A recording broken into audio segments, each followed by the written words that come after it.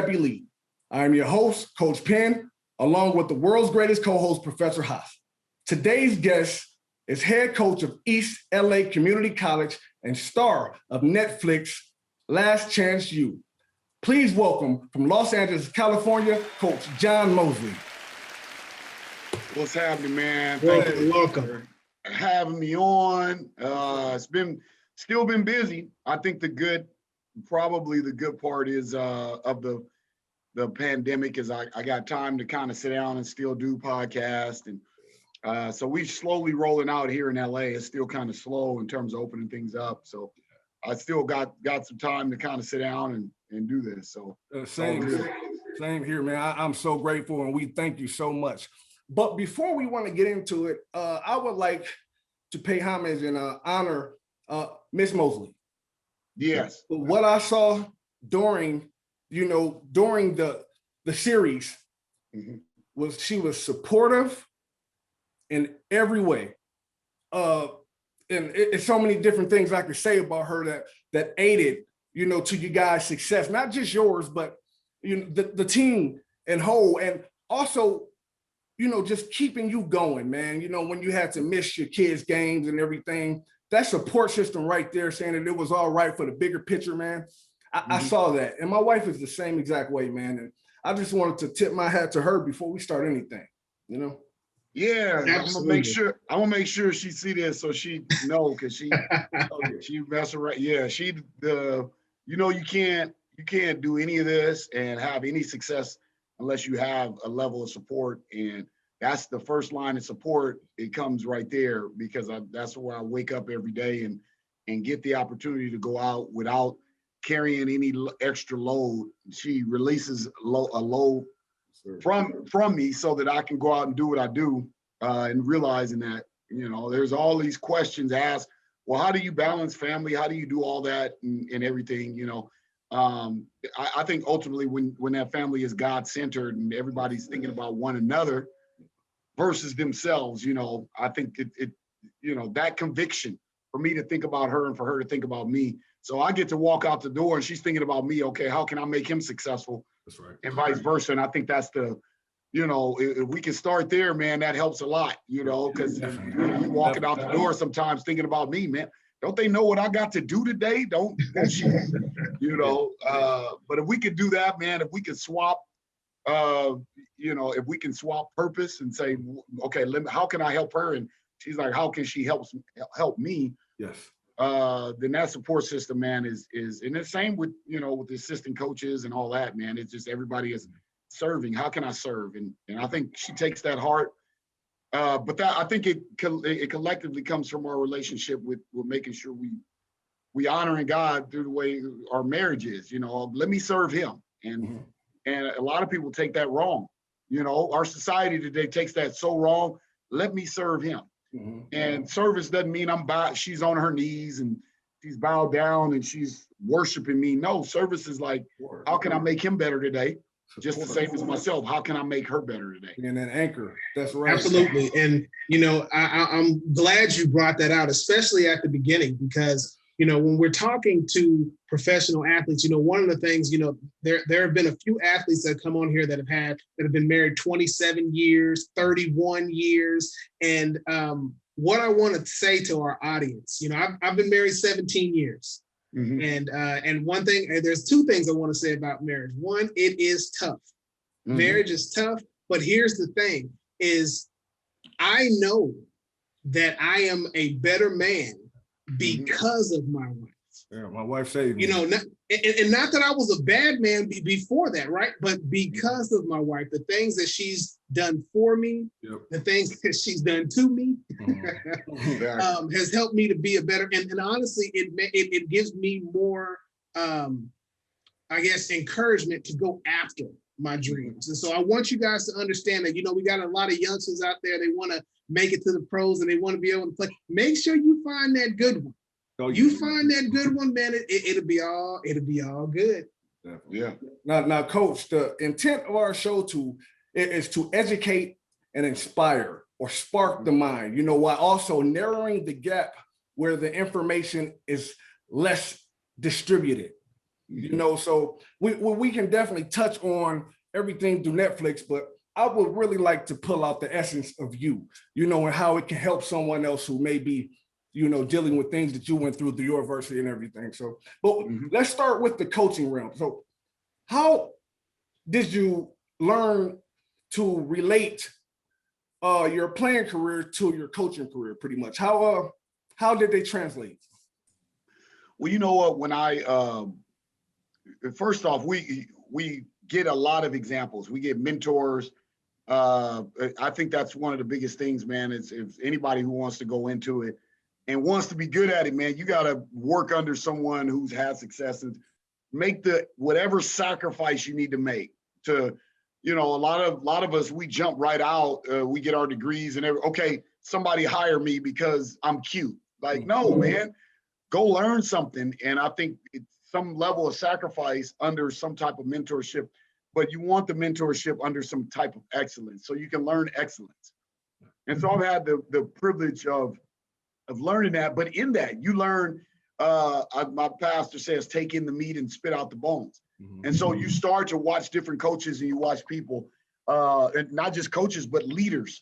And you see the way you want to lead, and you kind of realize throughout you being under the leadership of people, what you liked and what you didn't like. And I always felt that kind of having the relationship that with players or with anybody, if I'm in a leadership position, is, man, I don't want to feel like I'm a dominant figure and I'm pressing down on them. I want them to be free to kind of express themselves, kind of, you know, I never wanted to be the old guy in the building, you know, like, I'm like, man, when I get older, well, I'm actually getting older and my kids are kind of looking at me like I don't know. I didn't want to be that dad with the, you know, I got the church socks up to my knee with the loafers on, you know. Out there trying to show my son how to shoot, like Boy back in my day. And ironically, you know, that's probably how I sound. But I wanted to be relevant, and I kind of had a desire to always be relevant. When I started coaching, part of the reason why I started coaching is I still love the locker room. I loved being around a team and always having like a family away from my family. You know, I love that environment. I love the locker room. I love that conversation and that talk and that lingo and hanging out with guys and staying young. And so I think I always kind of wanted to still be in the locker room, you know, and I think sometimes I can watch some leaders and they wear leadership on their chest and they point down on people and they look down on people. Yes, sir. Yeah, you got to draw the line and you got to have a level of professionalism. You got to draw the line and say, no, this is how we're going to do it. But at the same time, I want to stay relevant and, you know, I don't want to sound super corny and where they can't communicate with me, where they don't understand that I'm real. And I just grew up being real, man. And I just have a problem with fake. Yeah. You know, I just have a problem with fake. Even now, man, like I started doing, and I'm having trouble with it now because I'm like, man, I really don't want to do it. Everybody's trying to say, dude, you got this great audience. You need to. I'm like, man, I really don't feel like being, because it's like I got to wake up and be fake every day with some quote, right? Yeah. Like, man, I'm not trying to be fake. When I feel moved, I'll put it out there. When I don't feel moved, I don't want to do nothing. You know, don't tell me I need to stay active on Instagram or tweet so that I can keep my audience stimulated. Like, if I don't want to talk to nobody for 2 weeks, I don't want to, you know. If I have something to say, then I want to say it. But it puts you in a space where sometimes, you know, it feels like you have to be fake, and I never want to be fake. I want the players to know that I'm real and authentic, and I want the players to know that I care. And I think if you take the servant leader heart, and that's kind of where I'm at, having compassion for, you know, all those who I'm leading or my players and even my coaches, man, kind of having an understanding and realizing, okay, let me serve them first. Then I think that's where the connection comes. And if they know that you care about a man, then if you lead, you step out there and you lead with love, then I think they'll actually ultimately at the end of the day, they'll follow. That's right. You being able to show effort and put in effort to relate to them and understand them ultimately maximizes their potential. You get what I'm saying? Because that shows that you care for them as a person. And a lot of times in my coaching experience, that was lacking through their entire player career up until they got with a coach that really had that method and understanding of coaching. You get what I'm saying? That it was more than the X's and O's. It was about, it was about helping young men be greater young men, you know what I'm saying? And better fathers and better husbands. And you get what I'm saying? Just continue to propel them on that, you know, on that track for greatness. You know what I'm saying? That's what we are there for, man. Before we go on, Coach Penn, I want to just bring out there's a couple of things you said in there that I really want to pull out. One, you talked about, you know, and I'll say being a leader by position, right? Mm-hmm. Some people are leaders by position. Mm-hmm. They're not true leaders. Mm-hmm. And those are people that point down, because a leader, because just like what you were just talking about, Coach Penn, a coach that's a leader by position is a coach that's there for himself or herself, right? It's not about the kid. It's not about bringing the most potential out of that kid as possible. And then you talked about servant leadership. Mm-hmm. And I tell people all the time, if it wasn't for servant leadership, I couldn't be a leader at all. Mm-hmm. You know, and you know, one of the things that your speech is just, you know, it just exudes that spirit filled, because you talked about God in your marriage, right? Mm-hmm. And then, you know, that's what God calls us to be, as servant leaders. Yeah. And so I appreciate you. I appreciate that you take that as the way that you lead. And I would say so much that I'll go ahead and assume that's how you lead your household, but that's also how you're leading these young minds. So thank you. Yeah, there's no other way. If I led on my own, man, John Mosley would mess it all up. So I gotta make sure it is spirit led. The Holy Spirit, the Word of God is in me, and hopefully that pours out into the compassion we need to have for others. And just as Christ had the compassion for me, I need to have that same compassion for others. And I think that's where that comes from. As everybody asks me, well, how do you care? And how do you, well, you know what? If it was up to me, man, I probably wouldn't care. I'd be like, hey, man, get out the gym, man, you know. But there's a level of conviction that continues to that press on my heart.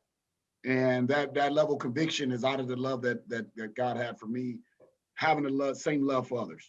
That's right. We're going to get deeper into that, but we're definitely going to touch on that. Okay, so one thing that I heard you say, and I had this experience also. When I was an assistant coach, I was the coolest assistant coach out there. You know what I'm saying? What age did you enter the coaching realm? That's for one. And, you know, when did you, well, I know as an assistant coach, we had to relate to them a little bit different. You know, when did you ultimately, you know, put it all together and start being more of an authority figure, you know, to the players than that cool coach? Was it your head coaching career? I would say, yeah. I think I've always kind of stayed a little bit of the same. I just had to be a little bit more firm, like decisive on, okay, this is what we're doing, versus being an assistant coach is like, hey, bro, look, let me tell you something, man. You got to do it this way. This is what coach wants. But coach, man, coach don't know that this. I said, I know, but here's the thing. Just lock into this. Life is going to work out better. We got to all find our roles. And so I'm helping coach. I'm helping, really it's almost the same kind of, but I'm helping coach with his vision. And with myself, I think what changed as a head coach and when I became a head coach is I had to draw the line in regards to, okay, this is absolute on what we're doing. And I had to look mean sometimes. And I had to make the decision, even if I didn't want to do something, I would have to make the decision. This is what is necessary and what needs to be done. As an assistant coach, I was just there to pat the guys on the back to say, hey, go ahead and follow him. Let's just do this together so that you can get to your goals and you can meet your goals. And then they would look at me like, all right, coach, hey, let's go out to eat. so I can help you get through and do what coach wants you to do. But as a head coach, is like, no, this is what we got to do. And there's no rebuttal. I'm not accepting any rebuttals, and so that's when the player is kind of looking like, okay, coach is kind of harsh or whatever. And I have to follow through with what it is. As an assistant coach, I can just take them out to eat and make them feel good about doing what the head coach says, Don't fall on you. yeah. Like, hey, Yeah. And I think, as an assistant coach, it's important that we don't, it's easy to go in there and say, like, hey, if it was me, I would do it this way. But since I'm not the head coach, do it this way. Like, no, you as an assistant coach, you still got to go in there and like, look, this is what we need from you. This is what we want. We got to go all in the same direction that coach wants. And I think that's, a part of making a good assistant is making sure that we stay loyal to the message. Right. Even if we feel like that message is wrong as an assistant coach, you got to stay loyal to that message that the head coach has. And now that was kind of easy. Well, that's his message. Yeah. And I didn't make it sarcastically like, well, that's what he wants. But if me, I would do it. No, I was like, that's what he wants. Let's go. Yeah. And I think even as an assistant coach, the players respect you for respecting the head coach and saying, you know what? Assistant coach is not shady. He's not trying to go against the head coach. I can respect that from the assistant coach. Yeah, I got you. But yeah, as an assistant coach, man, it was a little bit, number one, I was younger. Yeah. And so, and I have more time because guess what? As an assistant coach, I can spend just that one time with the one player. As a head coach, my concern is all 15 guys. Entire picture. I got to be concerned about every guy. So it is a little less time that everybody, the attention that everybody gets. Now, how old were you when you started coaching? I was about 22 or 23. All right. So I had a conversation. I had a conversation with Coach Arbery, who was coaching at Scottsdale Community College yesterday about this. He mentioned that when he began coaching as a young coach around that same age, it was a little bit different for the players because, it was a different type of relationship with them. But, because you were so close in age, the relationship could often lead to, being, what should I say, unethical, with them being able to come to you and say certain things with you. And, you know what I'm saying? And sometimes overlooking the fact that you're a coach.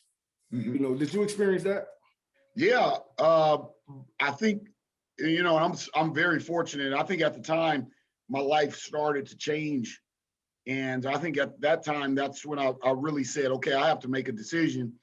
It's really easy to get caught up. And it's really easy to get caught up in regards to the lifestyle of a player and continuing to be, okay, am I a college player? No, you do truly have to make that separation. And it is really hard. It's really hard to say, okay, especially if you're talking about age difference, okay, let's say the coach is in his 40s and 50s, I'm still in my 20s. Mm-hmm. And yes, I have a closer relationship with the players in regards to me, what makes sense. To me, what makes sense is what the players think and what the players is doing that makes sense. Exactly. I think some of the best, the coaches that have turned out and ended up in a profession and doing the best is they understood at a very early age, they understood leadership. And I was so fortunate that I understood that if I wanted to be a leader, that I would have to align myself with good leadership. And that I understood how to that professional separation. And I don't know what it was, man. I just had a level of conviction where I understood that, I want to stay loyal to the leadership more than loyal to that young lifestyle. And there's many coaches that get caught up into that young lifestyle because they're closer to the player's age. They're a year or two removed from being a ball player versus I wanted to decide, say, okay, if I really want to stay in this business, I have to stay loyal to the coach. So I think being mentored so that we understand that if you want to be successful, you got to stay loyal to the coach's vision. You have to stay loyal to the coaching profession versus staying loyal to the player's lifestyle. Not staying, you do have to stay loyal to the players, but staying loyal to the player's lifestyle, and you don't want to stay loyal to the player's complaints, staying loyal to the player's baggage. You want to stay loyal to the player and in regards to him being able to confide in you and all those different types of things. But I think our loyalty should be towards the profession of being a servant leader. Hey, Coach, just to piggyback off of that, one thing that I could say that was in common, that every Last Chance U had in common was what the players said on camera away from the coach. That's how I knew that you were really affecting these kids' lives. You know, they said the little things, they're teenagers, you get what I'm saying? But ultimately, they held you in high regard. Definitely. You know, and that's a big deal. That's a very big deal. And that kind of, you know, I believe that you were perfect for this, for an example, you know, because you being an African-American brother, it was, to me, this is off script, that the way that you carried and composed yourself, it was so admirable. Like I said, and I could just thank you all day for that. But, you know, so when it comes to that, what was your initial thoughts when you were approached by Netflix with interest to premiere your program on Last Chance U?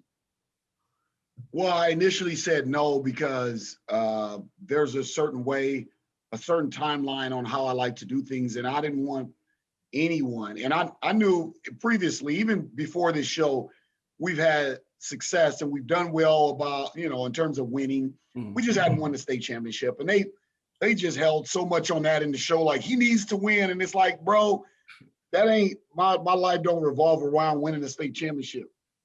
You know, and they made the narrative that way, which is fine. It's fine. It helped the show. Definitely. But my whole thing was to make sure that these guys were prepared to move on and that we got them in and we got them out and we moved them on. So we've had success before. And what I didn't want was someone coming to pick apart and finding things wrong, because we are trying to do things with integrity. Like I am trying to have a faith based in terms of me. Now, you don't have to believe anything as the players, but I want the players to know that this establishment, any success we have is because God granted it. The reason why is because of my obedience. If I'm obedient, God is going to bless our situation. And so I wanted to make sure that I really wanted to make sure that like, look, I don't need you to scrutinize how I feel, where my faith is, and how we get through. And that's where I thought would have come off. You're going to scrutinize how I push these guys through in regards to faith, in regards to me not coming out of my hood mode. You know what I'm saying? Like, I'm not coming out of hood mode. Like, I'm going to be as professional as I can be, but there's a level of hood that's going to come out.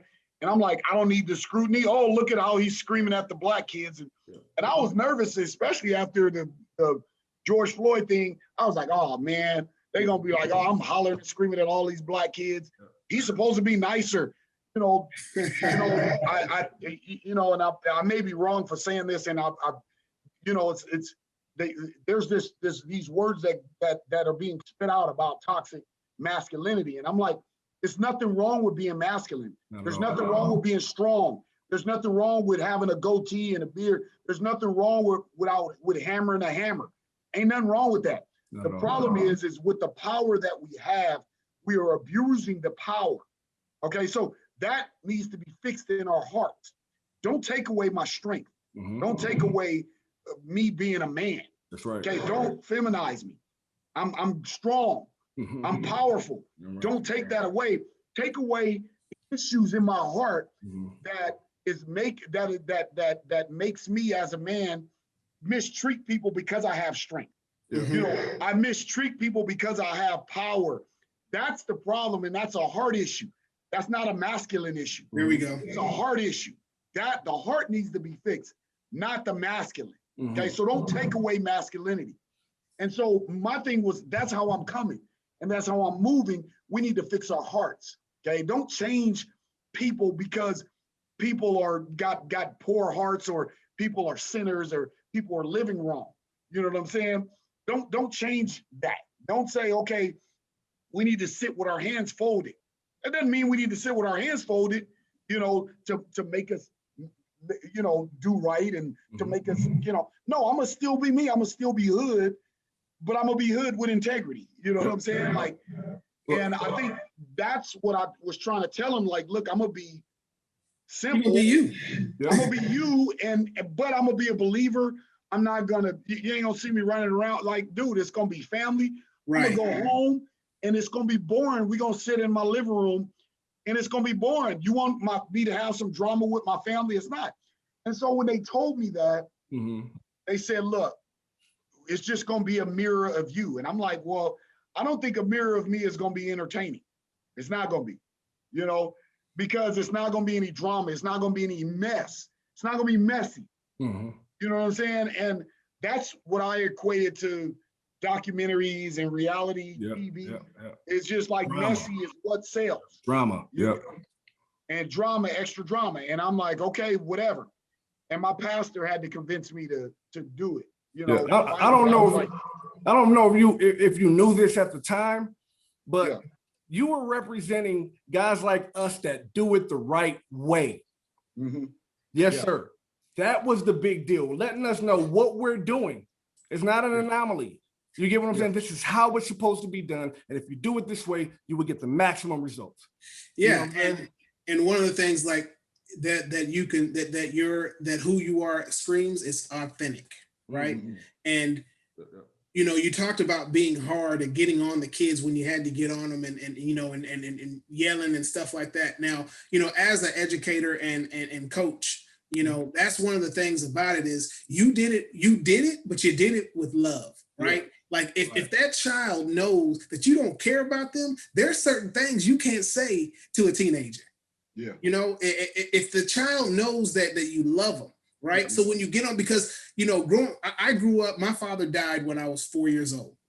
All right. And so growing up, I had uncles, I had, you know, friends of my friends' dads and stuff that have been integral parts, people, you know, mentors at church that have been integral parts of the man that I am today. And here's what I'll tell you. The ones that I was the closest with are the ones that loved me enough to get on me when I didn't do the right thing.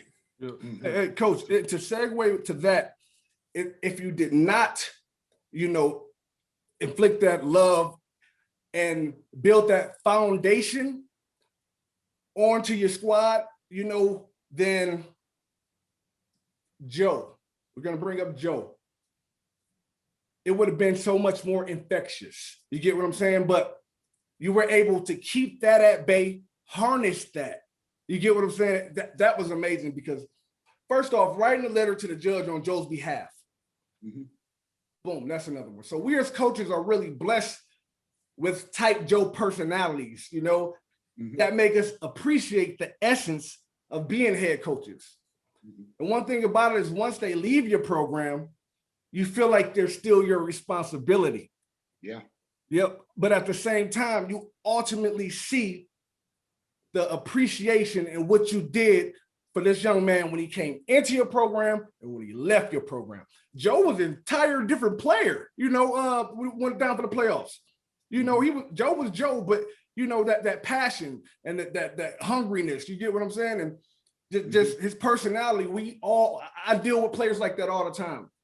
But if they don't believe that you love them, you know, and that you have their back, you know what I'm saying? That's a personality that can, like I say, can really destroy a team. But once they do, they can galvanize the team.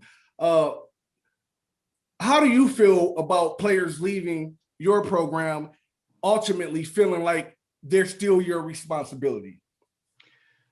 Yeah, you know what? I tell them, man, none of these dudes get sugar from me until they get their college degree. And then I see some level of career starting, you know, like don't just go and because I feel like I let them down if they go and something happens where they don't finish, or I just like, okay, what didn't I help pour into them to help them get through or be prepared enough to go to the next level and at least take advantage of those opportunities when they transfer out. But yeah, I put the burden on myself. I was and I shared on many occasions at the end of the show, I was most burdened by the fact that I don't know how I'm gonna get these guys out of here with this pandemic. How am I gonna get them out? Yeah. And to me, that was the biggest burden. And so I'm gonna always take that, and I'm gonna always carry that, because I looked and I know even when I left my college program, I was still looking around for some guidance. You know, I had my pops there a little bit, and then he passed away, and I still, to this day, I still look for guidance from you know, mentors and other seasoned brothers out there that can help me, and you know, other coaches and other administrators, other teachers, anybody else I still seek advice from. So I know I still need guidance, and I know they're going to still need guidance. I mean, I'm texting them today, like them dudes, they'll post something on social media. I'm like, hey, bro, I'm texting them like, hey, man, you can't, make sure you don't do that or this. And oh, okay, I got you, coach. I didn't realize. I'm like, yeah, man, you can't do that. They cut for you. They cut for you. Yeah, that's the good thing about it. Yeah, they always there, man. They family after that. They family. I told their family. I told, as I shared on many platforms about a moment that wasn't in Netflix and on the show, and I shared, you know, I was talking with Deshaun, and he had a moment where he broke down and he was crying, and I just told him, hey, man, you mine forever. You know, like, you mine forever. And I just messed up. I'm here for good. Yeah, I'm here for good. And, you know, I may have misspoke on that, because that dude be calling me, talking about, hey, coach, I got this real estate deal. Like, man, hey, man, finish school before you talk about going into business. He's trading stocks, coach. You got to get on this one stock. And I'm like, go on and finish school. Hey, man, when you lead them in the war, you come out successful, and you lead them the right way, you're always the general in every aspect of life. But the thing is about this is you can trust them. You know what I'm saying? You went to battle together. You came out together. You went through the dirt together. You were in the trenches together, and you came out victorious together. There's no other galvanizing factor. You know what I'm saying? And there's a lot of athletes out there that you guys had coaches like Coach Mosley. You had coaches like Coach Penn. Here, you know, and a lot of them have changed your lives in ways that you could never have imagined. Here's what you can do to repay them. Y'all ready? Be successful. That's the best you can do for anyone that is poured into you, is be successful. Don't feel like you that you just be successful. And I'm gonna really throw you off by this one. In anything. Yep. As we ascend, we take them with us. Hey, I'm gonna tell you this. I can say that a lot of the athletes that I coached, they don't run track anymore. They don't play football anymore, but they're successful. That's what that lets me know, because the thing is as coaches, we are building people. We are building young men. We are building young women into being good citizens, being good people. And hey, if you have a great sports career, God bless you. Hey, a lot of times, Professor Haas, John Mosley, Professor Haas was missing in these kids' lives, and they were looking for that void to be filled. And when it's filled properly, it helps them flourish and blossom without a question. Coach, before we move on, but that's also the best thing you can do to a coach that didn't believe in you, is be successful. Yeah, be successful. Right. I tell my guys, it works both ways. Hey, I say, look, man, hey, coach, I don't need nothing from you, bro. Don't send me a t-shirt. No, you know, back in the day, I was in high school, you was trying to collect your buddy went to college, you be like, hey, give me some gear, you know, give me up, man. I don't need nothing from you, bro. Just go get your degree and let me sit back and watch you play on TV or something. Like, I don't need nothing from you. Hey, coach, one of my players offered me $20 last night. I took it. Just for him offering it to me, I took it just to make a statement. Yeah. You want to give me $20? I'll take $20. Yeah, man, don't go out of your way trying to send me no t-shirts and you know everybody be asking me. I don't need nothing. Now, you make it to the league, I might have to say, hey, come buy us some uniforms or something. Yeah, right. But if, come on and bring some.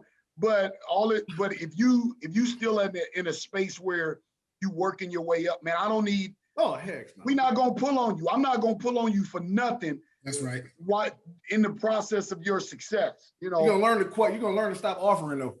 Yeah, you gonna learn quick. You keep offering, I might have to take something. Yeah. Well, and as a true servant leader, right? The thing is we have no problem telling them, listen, you don't owe me nothing. Nothing. Mm-hmm. Right? You don't owe me nothing. Look, but Coach, like Coach Penn, Coach Penn said, if you go offer. Yeah, but hey, man. Hey, Coach. All right, so I need to, if you would, explain to me this strategy, because I'm ultimately gonna adopt this into my coaching strategy. Moment of silence. Uh-huh. Yeah, give it to me. You know what, man? I think I did that twice as a head coach, and it was just that moment. I think what happened, number one, I stopped and I prayed, and there was a lot going on. So as I think back and everybody asked me the question, there was a lot going on. So number one, I stopped and prayed, which I do a lot. And sometimes I don't pause that long. Number two, when I say, hey, man, I was upset, I was like, man, everybody on the line. Just for that, everybody on the line, right? But then I think what happened was I was sitting there like, shoot, I think something didn't work out where I really didn't want to run them. You know what I'm saying? Because I'm like, oh, man. So I'm walking like, man, I really don't want to run them because, maybe I want to practice, in which I did. I think I was like, okay, I don't want to run them because after I run the hell out of them, they're not going to practice good, and I won't have an effective practice. So I kind of paused and I took, and then I walked. And then as I started to walk, to find what energy needed to be infused into this space. Number one, of course, anytime you infuse the Holy Spirit, that's always going to take care of it. So right. I'm trying to kind of allowing that to happen. And then number two, I can sense they started to reflect a little bit, like why aren't we playing? Let's play. But then all of a sudden they started to think about, okay, why are we really standing here? Because we pouted or complained and we didn't do something right. And so they started to reflect and really think like, okay, he could run us. We could be playing right now. Why are we complaining? Why aren't we doing what we're supposed to do? And I think that moment, it allowed them to reflect a little bit. I think that was the biggest lesson in the moment. Yeah, besides me trying to figure out what I need to do and pray about it. And, that was brilliant. Yeah, it did. It ends up being something that turned out great. Yeah. But I think it's just a feel, man. We just had to pause for a moment. Like, man, pause and like, look at yourself, man. Like, what the heck? I just walked around and just looked at everybody kind of like, that's what Deshaun was mimicking. Like, I just walked around and looked like, look at yourself. Like, look at you, bro. You a ball player and you could like, just look at yourself. Yeah. For that moment. Yeah. And then I think at that moment, and then, I just stopped. Was like, all right, let's go play. Yeah, I know. Started playing again. I was like, you probably asked 10 coaches, what was going on and the purpose for you doing that. You probably get 10 different answers. 10 different answers. It looked like it was a strategy. Like you do exactly. It was a strategy. Yeah. And it worked out. I don't know. I was just like, I don't know, man. I'm just, at that moment, I was just like, and then I do remember saying, because I could have just ran them and we could have came right back. But I remember saying, oh, I don't want to run them now. Yeah. Because I got something I want to accomplish. Mm-hmm. And so I just started walking and praying. And then all of a sudden it led to just whatever, Hey, Coach, the whole show, I was like this. Take it from it. Take it from it. Put it. Yeah. Hey, I know. Hey, I tell you what. I know for a fact. Yeah. If I walk in your space, I would do the same thing. Yeah. All of us, us is infused in all of it. They just caught it all on film. And dude, if I go in any practice, I'll see a coach do something. I'm like, oh yeah, I'm taking that. Yeah. Oh yeah. I tell folks, I still unashamed. Yeah. All right. So, Coach, we're not going to hold you too much longer. This question is very, very relevant in what's going on today with the systemic aspect of sports and politics. What do you feel about things that happened yesterday with Brad Stevens getting that front office job without having any other interviews, or like what happened in Minnesota last year when they didn't interview any minority coaches. You know, what's going on with the political, with that landscape of minorities in sports?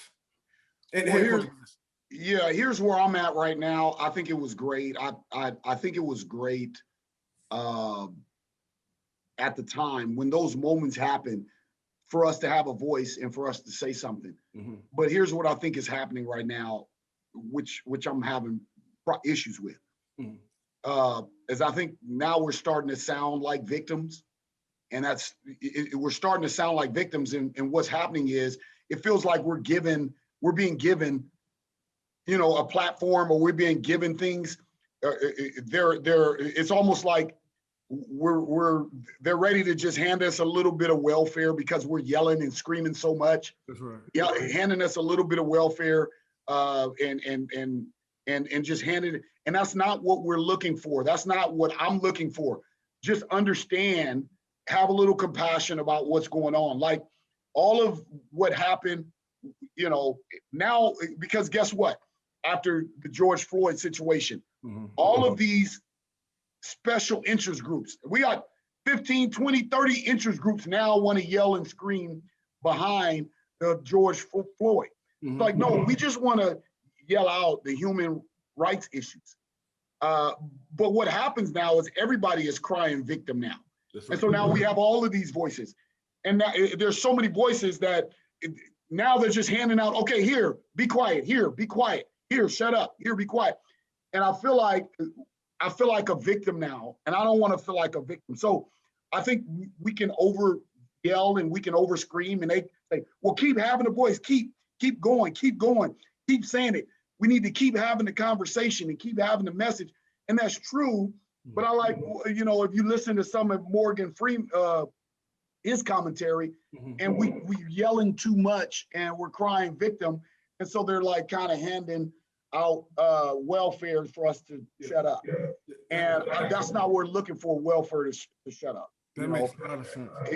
And so for me, that's if I just sit back and myself and my personal opinion, that's where it's at. I don't want to keep yelling. So okay, here, take these jobs. But now guess what? We're not properly prepared. We're not properly set up. And now we're just giving something, and now there we go again in the cycle. We'll see, look at what we've done and look at what you've done with it. You know, and that's what I don't want to defund the police. I just want the hearts to be right with the police. That doesn't make sense. That doesn't make sense to me. Yep. You know what I'm saying? Like, so we're just yelling and screaming, do this. Like, come on, let's make sense. Just have compassion about what's going on in our society, and let's leave it at that. I was yelling about, like, okay, here's been my message. My message is, I don't want welfare. Right. I want access to have success. I want opportunity to have success. I don't want you to give me success. Mm-hmm. Like, don't give me a job, give me access to getting a job. Mm-hmm. You know what I'm saying? Don't just hand us a job. Give us access. Don't close the door when we're on the ground level. That's what I'm saying. Like, when I'm on the ground level, when I'm a film guy in an NBA organization, don't crush me then. You know, so now it takes me years and years and years to get, you know what I'm saying? Don't have token guys in place. You know what I'm saying? Start looking at some of the guys that are at the ground level and help mentor them. Give us access by giving us access to get prepared at the ground level. You know what I'm saying? Don't have 5 token guys and say, we're going to pick these guys and put them in place. There we go. Say, here, we gave you. Don't give us welfare, give us access. So I made a comment and guys got upset, and I really didn't want to say it, but I was upset because a month ago, we still weren't in our gym. And I made a comment like, I don't need another stimulus check. We don't need a stimulus check in LA. Mm-hmm. I need you to open the door. And then guess what? It's hard on me, and I'm still tough and I'm still hard. I don't need money.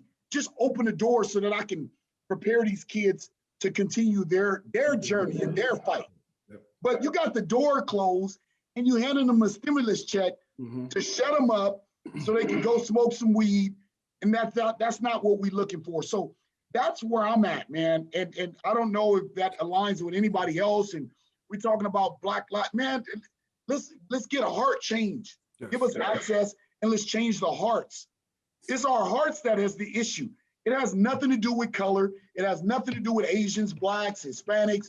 It has that particular group may be suppressed or being hurt. Yeah, the whatever group it is may be suppressed. Maybe there may be a divide, religious divide. It is the heart of, if we can just change the heart of man, then it'll change everything, man. And don't give me a check, man. I don't need a check. Don't give me a job. Give me access and preparation to be prepared for that job. And I think that's what I'm having issues with, you know.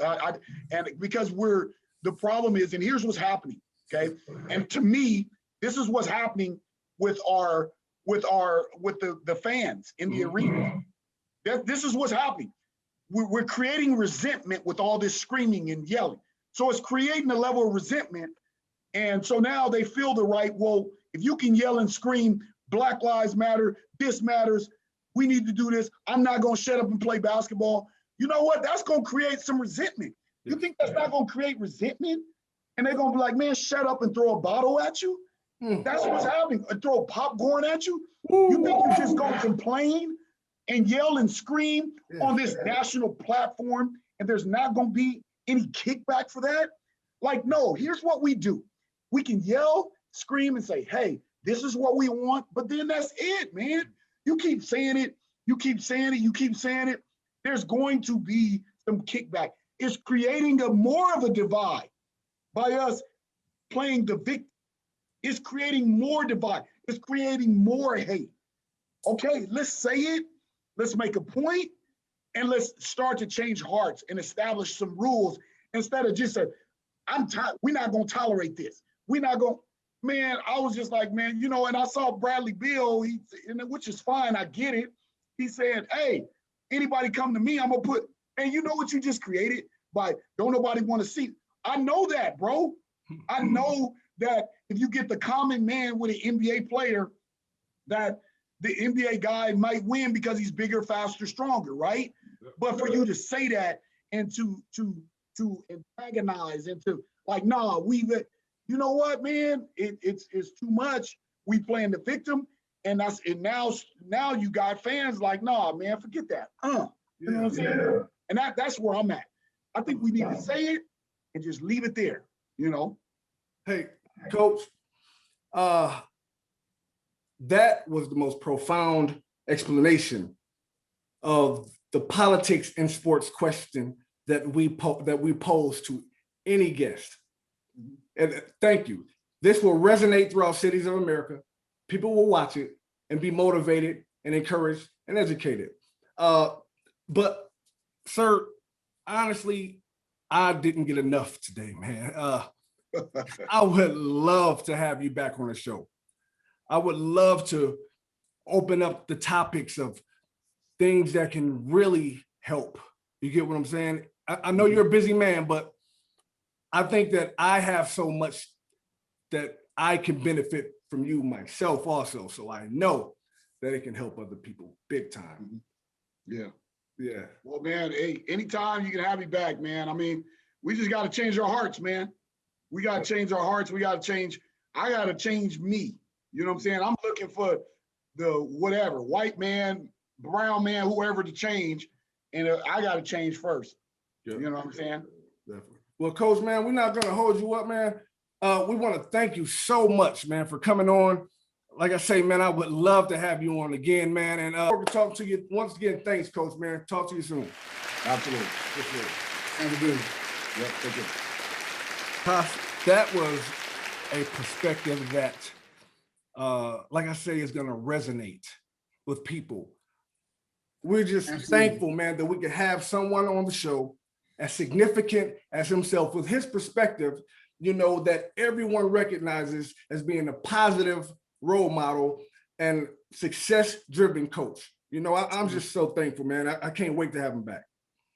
No, I think he brought out some really important things, right? We talked about, it seems like marriage is a topic that we're starting to bring out, and then he also talked about, the family aspect, but that, that whole thing of being a servant leader and being a true leader, right? Not just hammering down on the kid because you have the authority to do so. Yeah, That those things right there are extremely important in coaching, right? And coaching and just working with youth, whatever capacity that you're working with youth. Yeah, for sure, man. It resonates in all capacities and all areas. And then of life. Authenticity. That's one thing that I learned early on working with youth. Man, they can sniff out, the kids see through it. Yeah, they can see it. They can see phony, Yeah. The kids see through it. I say it all the time. You got to be 100 with them. You know what I'm saying? Or they won't respect you, bro. Real talk. But when you are, you get a whole different athlete out of them. Whole different person. Well, Professor Haas, here we go again with another incredible episode. We'd like to thank you here on ASAP Elite. We'll be back next week.